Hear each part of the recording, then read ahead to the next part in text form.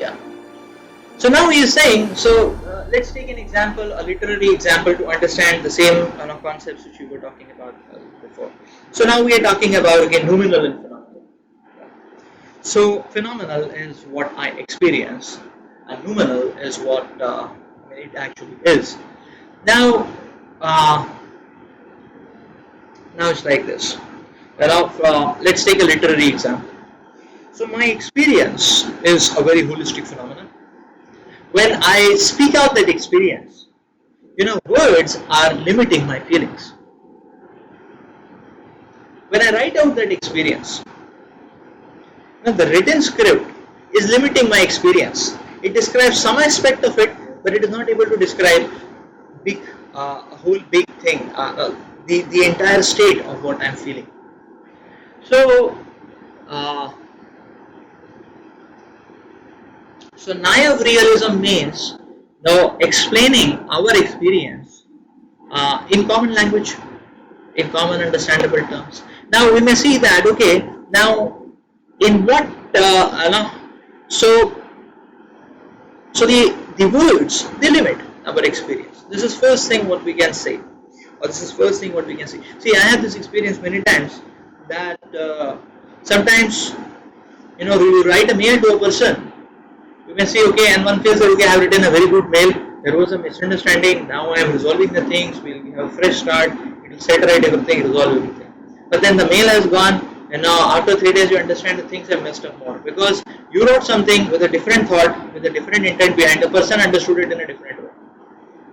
But now suppose instead of email, sending an email to resolve a conflict, say for example, if both of them come together, or both of them come together along with the third neutral person, and then talk and empathize, hear the other person's opinion, give out your opinion, think about it, don't jump to conclusions, and churn it in that way, then one can better resolve the things like that.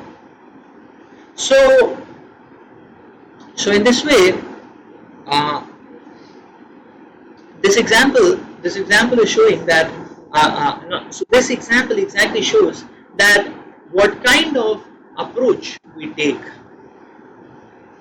to actually project, showcase our experience can better describe it.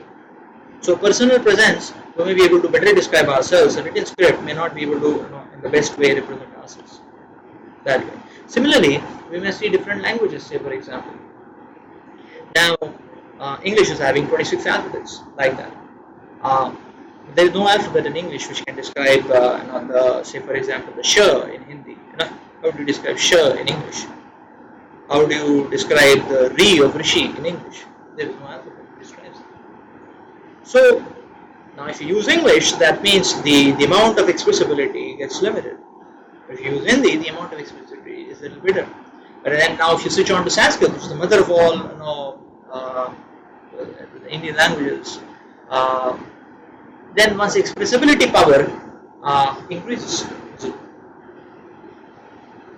So the expressibility power, and therefore the when the expressibility power increases, the matrix of experience also enhances like that.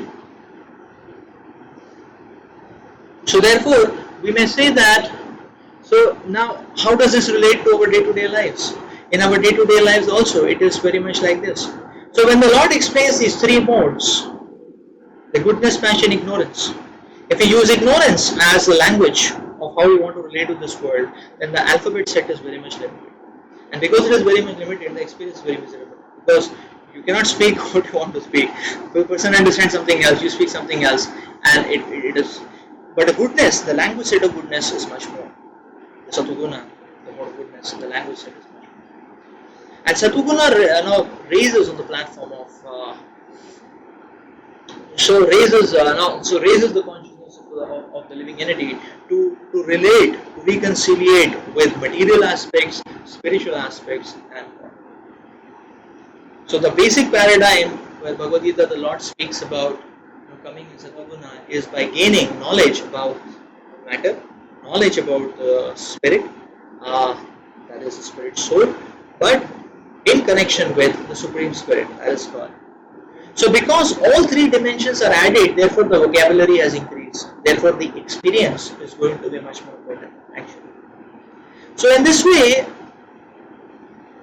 we can understand that when we talk about subjectivity, then what is happening is a subjective reality, and when we see the world from a relationship, so the temporary becomes meaningful when temporary is seen in relationship to the permanent. Then even a temporary phase has meaning. So, just like say for example, going to a movie may be a titillation, but if one is going with a movie with a loved person or loved one, like that, then that movie may be a meaningful memory. The movie is not memorable, but the experience of being with a loved one, and through the medium of being in a movie may be an experience. So the temporary, when it is when the temporary is put on when the temporary is put as an offering to relate with the eternal, then the temporary becomes meaningful actually. This is what Srila Prahlad Maharaj explains in the 7th canto of Bhagavatam.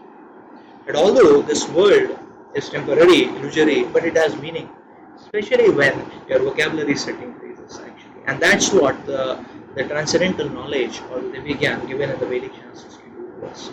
It offers us a greater vocabulary. It offers us a greater vocabulary.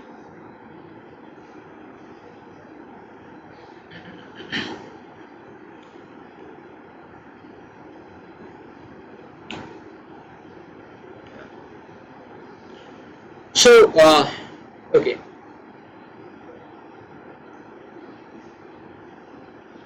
So therefore, in the modern day science, many scientists are talking about that, rather than not choosing a particular kind of an operator, rather than seeing everything from the perspective of say mass or energy, rather than speaking about it, let's start speaking about the reality of this world in terms of information, in terms of knowledge, in terms of something which is closer to counting experience. Something which is closer to counting experience. Yes, we can understand modern day approach to science is shallow because the science is only fluffing in effects, as we were talking about before. Is there any operator in science about a cause? C. There is no such operator like that. The operator is only in terms of effect. So we can say okay, S is ut plus half at square. But when we say that, S is not just ut plus half at square. If a ball is coming and suppose the ball is being hit, it is not ut plus half at square. Suppose if the ball comes and hits our head when we happen to come out of our door, and it hits on the head, then it is not just ut plus half at square. There is a lot of subjective experience which it has, and that experience is not accounted in any formula. So now, to account for this subjective reality, which is the very essence of our lives, which is the very essence of our day-to-day lives. Now, to account for the subjectivity and experience, scientists are actually therefore thinking that let's not, make some objective operators like mass and energy and so on, but let's talk about something which is a little more subjective, which can really explain reality in a more holistic perspective. That's information. And therefore, many scientists, theologians are coming to talk about this particular drift, this particular change. It's information, it's knowledge, it's information. That okay, it's not just a property is not just one standalone operator, but it is a holistic information. It's a holistic information exchange which is happening between particles. So in that way, many scientists are also talking about thinking, are also talking about are also challenging and discussing about the methodology of how we approach about solving a problem. They say that okay, modern day science has always been in a very from a very objective perspective, but in an objective perspective, the basic underlying principle is that you take yourself out of the reality, and you are nowhere in the reality, and then you take yourself out and you are very objectively measuring, so everything appears cold, everything appears hard, everything appears very dry. But life is never like that. We are very much the part of the reality which we want to measure. So many scientists are talking about that this kind of objective approach to understanding may not work, but what may work is a participatory approach to reality. That yes, we are a part of what we are trying to measure, what we are trying to manipulate affects us. No, and so nothing is in isolation. Everything is interconnected. Nothing is in isolation. It's not that I can think anything, feel anything in my personal life, my professional life different, my personal life different. Everything is interconnected. Now the person says, okay, so what? If I am materially successful, if I okay, my character may be here and there, but if I am successful materially, so what? The point is, everything is interconnected. If there is disturbance here, there will be disturbance everywhere. Just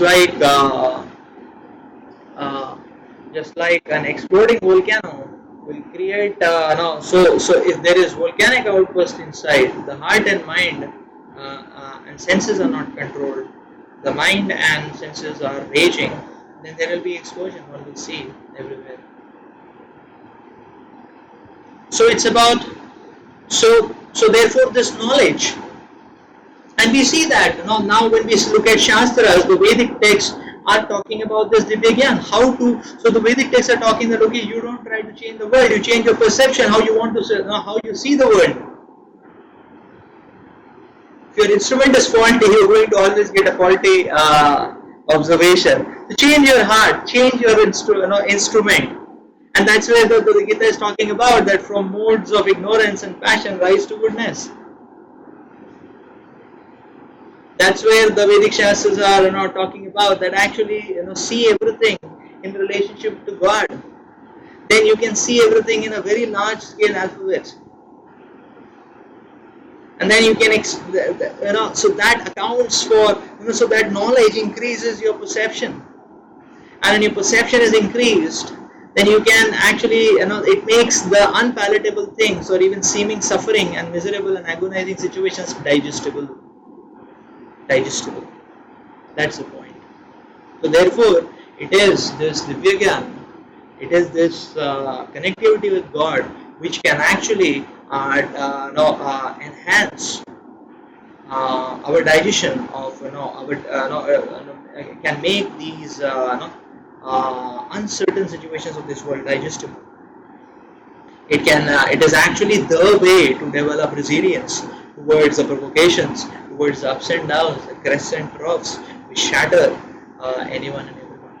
Actually, in this way, we can see our complete life is tuned for God.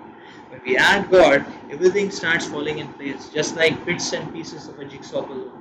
It may look random, look uncertain.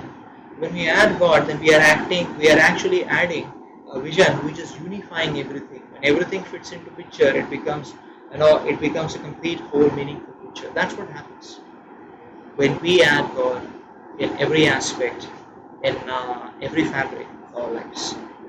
Let's stop here. Thank you very much.